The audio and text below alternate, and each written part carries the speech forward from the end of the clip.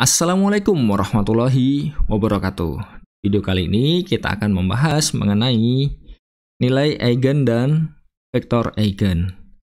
Jadi untuk video kali ini saya tidak akan terlalu detail ya, karena kalau misalkan butuh yang detail bisa cek di kolom deskripsi. Jadi di situ sudah ada beberapa video yang menjelaskan mengenai nilai eigen, terus nanti ada latihan-latihan soalnya juga sudah ada semuanya di situ. Jadi video kali ini tidak akan detail seperti yang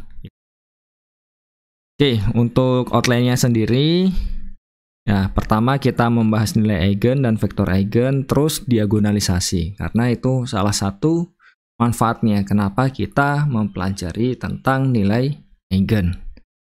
Nah, sebelumnya kita lihat terlebih dahulu ya.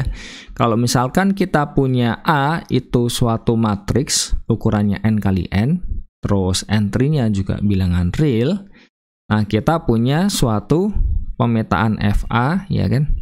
Kita bisa definisikan ini ya, FAX itu sama dengan A kali X. Nah, jelas dia merupakan transformasi linear ya, karena ya kita punya dia memenuhi ini ya. Dan kalau kita melihat misalkan A-nya sama dengan I, ya kan? Kalau AX sama dengan I kali X kan sama dengan X, itu kan angkanya di sini apa? Koefisien depannya 1 kan, 1 kali X. Jadi kita punya suatu bilangan real di sini dikalikan dengan ini ya. Jadi kita dapat nyatakan AX sama dengan suatu bilangan kali X. Terus bagaimana dengan A-nya 0?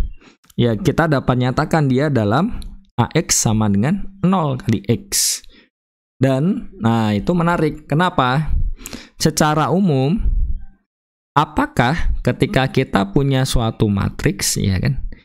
Nah, kita bisa nyatakan dalam di sini. Jadi, matriks A-nya dikalikan vektor X-nya tadi, sama dengan suatu lambda, ya kan? Lambdanya di R, ya kan? Nah, kalikan vektor X-nya. Ternyata belum tentu. Contohnya ya ini kan, A-nya. Nah, karena belum tentu, tapi ada juga yang bisa kan. Contohnya ini, A-nya ini, X-nya ini, kita dapat lambdanya negatif 4. Nah, ada sesuatu yang menarik di situ. Jadi, kita punya definisi nilai eigen. Jadi, skalar lambda, jadi yang disebut nilai eigen itu lambdanya tadi ya. Kalau kita punya A, ukurannya n kali n, entry-nya bilangan real, nah lambdanya ini disebut nilai eigen jika ada vektor tak 0x yang memenuhi ini, AX sama dengan lambda X. Nah, selanjutnya, kalau kita punya suatu nilai eigen, terus tadi kan ada vektornya kan, nah vektornya itu yang memenuhi ini disebut vektor eigen yang berkorespondensi dengan nilai eigen lambda, karena ya tergantung dengan lambdanya. Kalau lambdanya diganti ya X-nya kan bisa berubah.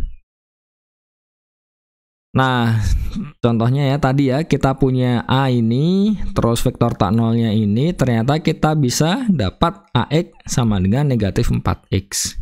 Jadi kita punya negatif 4 ini itu sebagai lambdanya merupakan nilai eigen, terus X-nya ini adalah vektor eigen yang berkorespondensi dengan ya lambda sama dengan negatif 4 tadi. Nah, jadi ada beberapa syarat di situ kan supaya ada nilai eigennya. Jadi syaratnya apa? Ya, pertama ada vektor tak 0x yang memenuhi ini kan.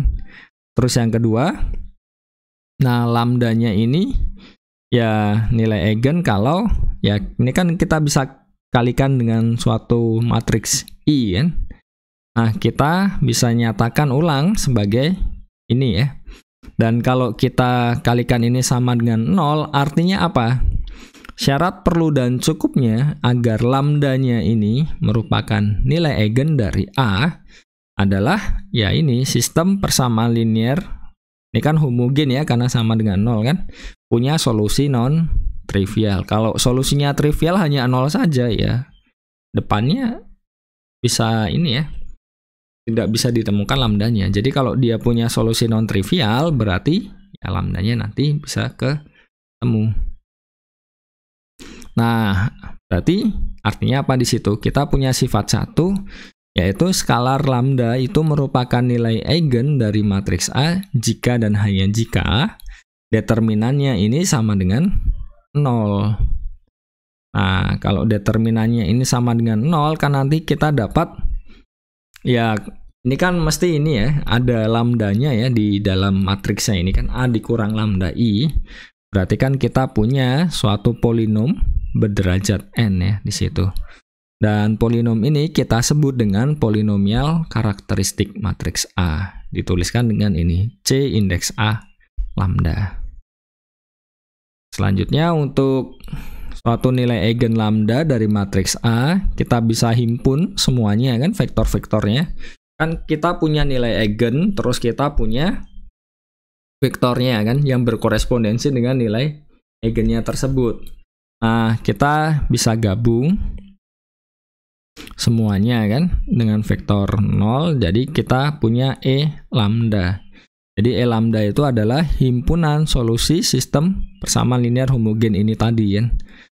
Nah, kalau misalkan ya kita lihat itu ya sebagai ruang vektor kan. Nah, E lambda itu akan menjadi sub ruang dalam R pangkat n. Jadi E lambdanya seperti ini ya tadi ya. Nah, lebih lanjut E lambda ini disebut dengan ruang eigen matriks A yang berkorespondensi dengan lambda. Bagaimana dengan contohnya supaya lebih mudah ya? Kalau misalkan kita punya matriks A-nya ini mau ditentukan nilai eigen dan vektor eigennya. Ya, cari polinomial karakteristiknya kan, determinan dari A dikurang lambda I. Nah, setelah perhitungan kita peroleh ini, terus disama dengankan 0. Cari akar-akarnya. Kita peroleh lambda 1 sama dengan negatif 4 dan lambda 2 sama dengan 7. Terus bagaimana dengan vektornya kan, E-nya, E lambda 1-nya? Ya kita cari semuanya kan. Ya kembali lagi kan, kita punya AX sama dengan ya lambda 1 kali X. Terus dicari semua solusinya kan di situ kan. Berarti kita peroleh ya himpunan ini.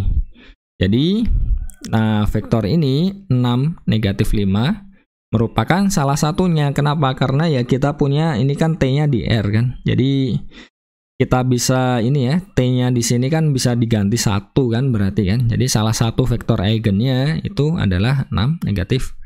Nah, terus lambda 2-nya sama dengan 7, dengan cara yang sama kita bisa peroleh ini. Dan lagi ketika T-nya sama dengan 1, kita bisa ambil satu vektor di sini ya, E lambda 2. Nah, merupakan salah satu vektor eigen yang berkorespondensi dengan nilai eigen lambda 2 sama dengan 7. Jadi itu cara mencari nilai eigen dan vektor eigen.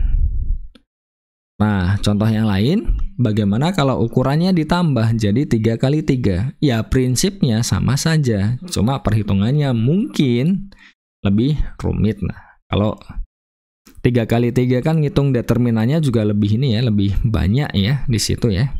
Tapi pada dasarnya sama, cari polinomial karakteristiknya, yaitu determinan B dikurang lambda I. Terus kita punya polinomnya, disama dengankan 0, difaktorkan, dapat ini ya. Lambda 1 sama dengan 2, multiplitasnya 2 kali, jadi muncul 2 kali di sini kan. Terus lambda 2 sama dengan 9. Nah, di situ ketika lambda 1 sama dengan 2, kita bisa cari ya vektor-vektor eigennya. Kita peroleh bentuknya seperti ini. Jadi bisa dilihat ya, ada 2 penyusunnya.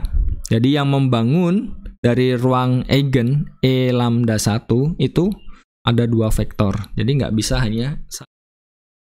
Jadi ya 2 vektor ini merupakan vektor eigen yang berkorespondensi dengan nilai eigen ini ya.